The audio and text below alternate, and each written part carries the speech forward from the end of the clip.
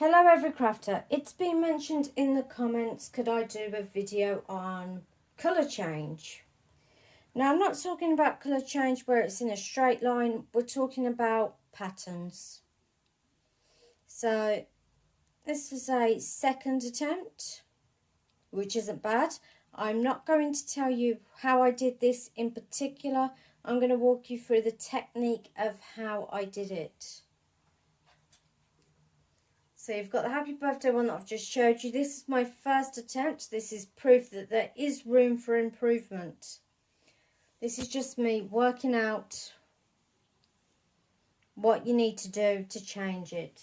Now what I recommend is when you are doing a colour pattern, because we are not using the brother or anything with a colour card or an electronic motor, we are using the lk150, which hasn't got any of those luxuries.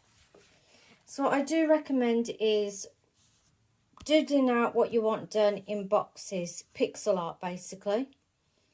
Anything you do, just remember you're going to be reversing it. You're going to be doing it backwards. I put numbers at the bottom here to help me with the spaces, and that's how I got the happy birthday up. We'll get to the techniques in a second, everyone. This is the one that I'm doing at the moment, which is just hearts. Ignore that. Just these hearts here. And that's what we're working on over here. Now, you caught me at a good time actually. I'm on the first line of the pattern because this is repeated. It's like a Fair Isle thing. For this particular pattern, I've got the white currently on my left hand side and the reddy burgundy on my right hand side. So I did this, I started a new heart every 6 stitches. 1 2 3 4 1 2 3 4 5 6. So every 6 needle we are pulling one out. Let's just get the needles out and then I'll get into what I've done to be able to mix my colours.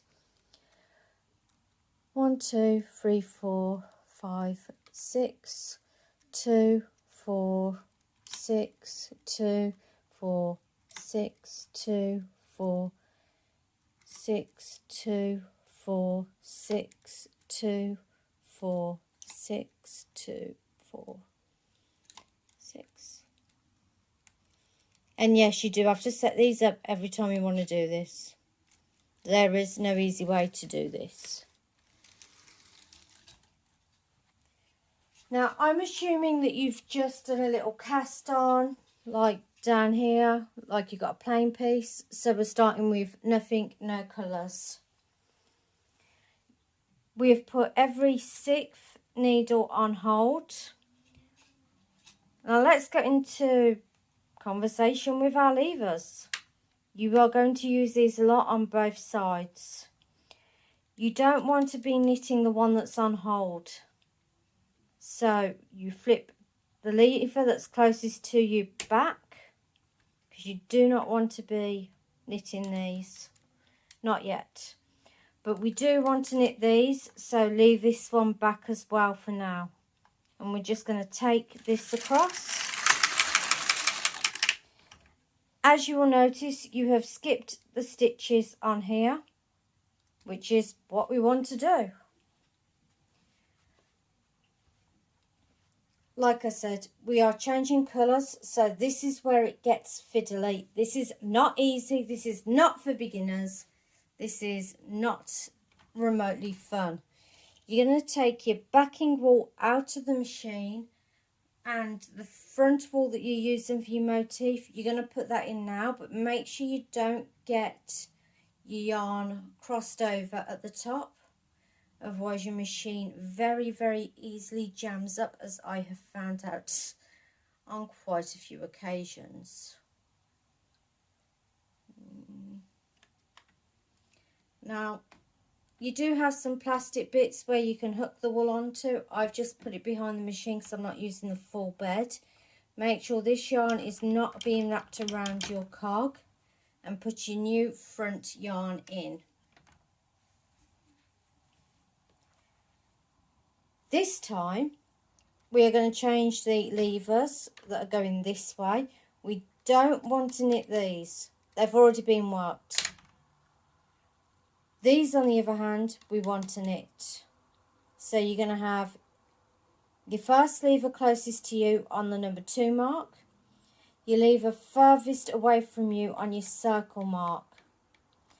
And we just go over.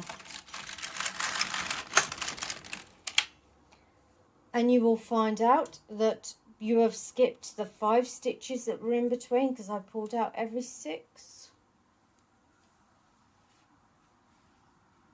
Now you're going to ask me, what am I going to do now? In essence, you have completed 1 row. That is just 1 row. So next, I'm saying sew a lot. We're not sewing, we're knitting. Keep your pattern handy. If you are following me, this is hearts. Please ignore my mistake there. What we're going to do next is we're going to set it up for the return home. We want to pull out 3 on top of the one that we had. So 3 in, 3 out even, and 3 in. And you're just going to repeat that across. I wasn't going to show you how to do a pattern, but I am. This is a great practice one. Just so that you can get the feel of what you're doing. If you want to work with more than 2 colours, it gets a bit more complicated. You're going to then have to do some by hand manually, which is just wrapping the yarn over the needle, pulling it back and knitting it manually, and then putting it in hold so it doesn't knit on the row. So going back, we have got white in hand.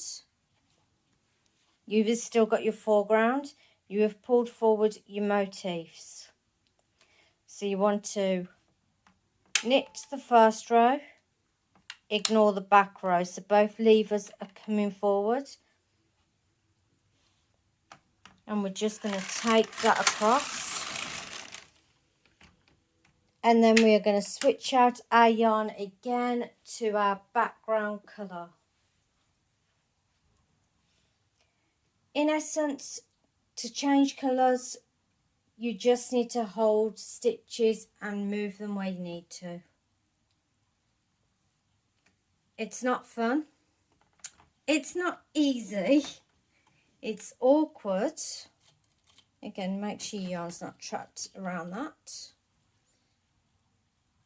But I suppose it's entertaining. It'll keep you quiet for a bit. Again, make sure you don't get your yarns crossed on your feeder. So this row we are pulling forward 5 on hold. Oh, wait. No. We have to reverse it this way because we're working with the other colour.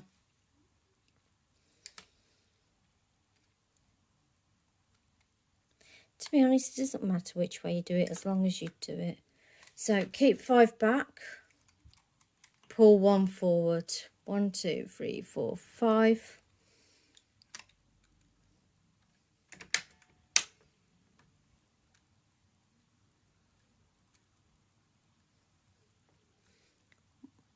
One, 2, 3, 4, 5. 1 forward.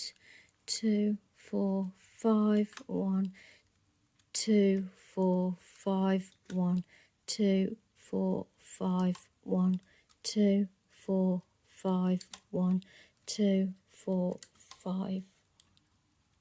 1. If you do pull out the wrong one, don't worry about it. Just get your little latch hook tool, put it over your needle, push it in, pop it back, and then you're free to put it back without losing your stitch. 1, 2, 3, 4, 5. 1, 1, 2, 3, 4, 5. So this, I want to knit the ones again that are in the foreground and ignore the ones in the background. So I'm leaving my machine how it is to knit the front and not the back. And you're going to go across once.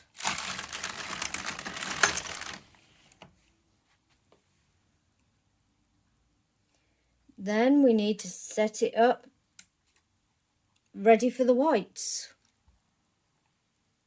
or for whatever colour you're using in the foreground. You will notice this will get on the messy side. That's perfectly normal. Some of my stitches dropped off. Only 2 of them though. Most peculiar. It happens, just keep an eye on your work. Setting it up for the white on the return. I'm pulling forward the 5 instead.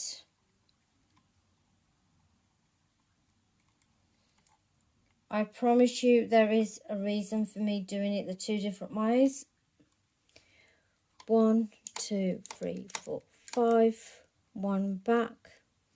1, 2, 3, 4, 5. Once you got the hang of this, you can just see where the previous colour was, know where you want to put it. If you're working on something more difficult,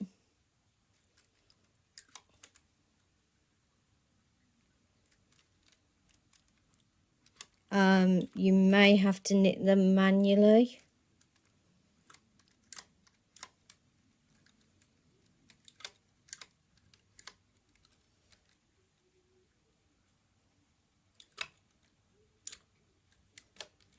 There we go.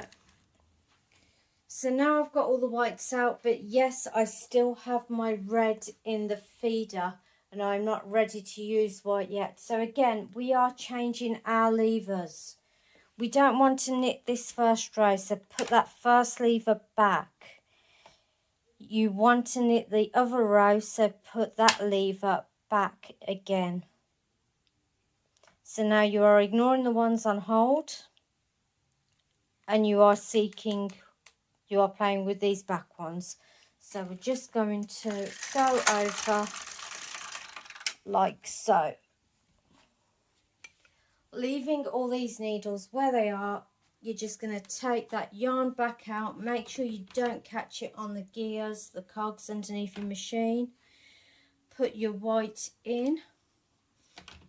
If you do find that the machine is ignoring the stitches, just run your machine back and forth a little bit in the spot to make sure that the wool is feeding freely through it. Now we want to ignore these, so this comes forward, and we want to work on these, so this comes forward. And we're just going to go over that.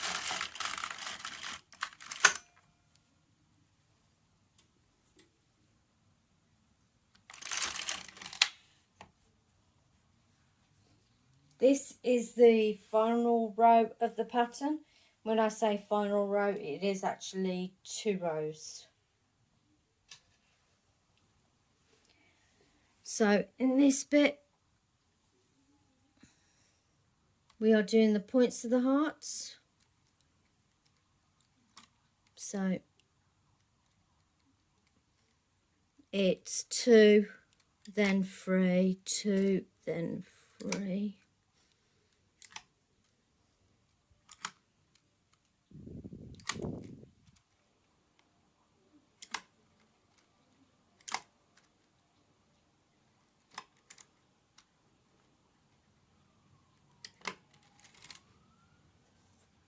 There we go. So if you've got your whites pulled forward, quite simply, again, if you want to knit with your whites, pull that into first position.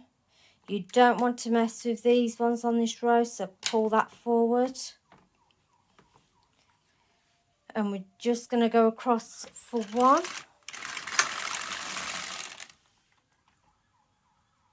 And I do believe all those sirens are giving me a headache outside.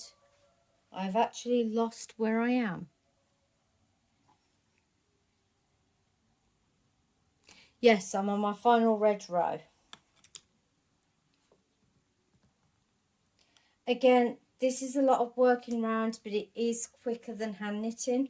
So if you look closely, you can see which ones haven't stitched on the previous row. So we're just going to pull them forward into the hold position again.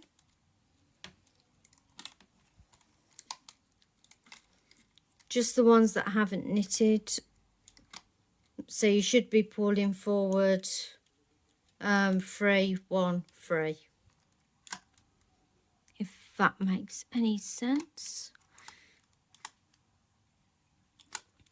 As I get more confident with this, I will show you different patterns that you can work with for colour works.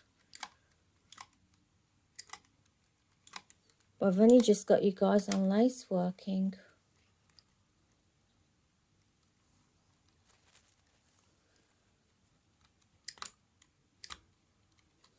There we go. Again, once you've got the ones forward that you want knitted, change your yarn back over. Make sure your levers are in the correct place of correct, otherwise it will be a world of hurt.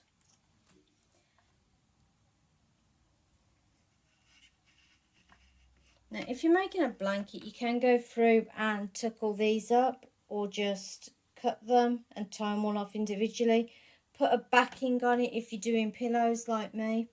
Pillows are fine, you don't need a backing. So I'm working on the front, not the back, so I want this forward and this forward.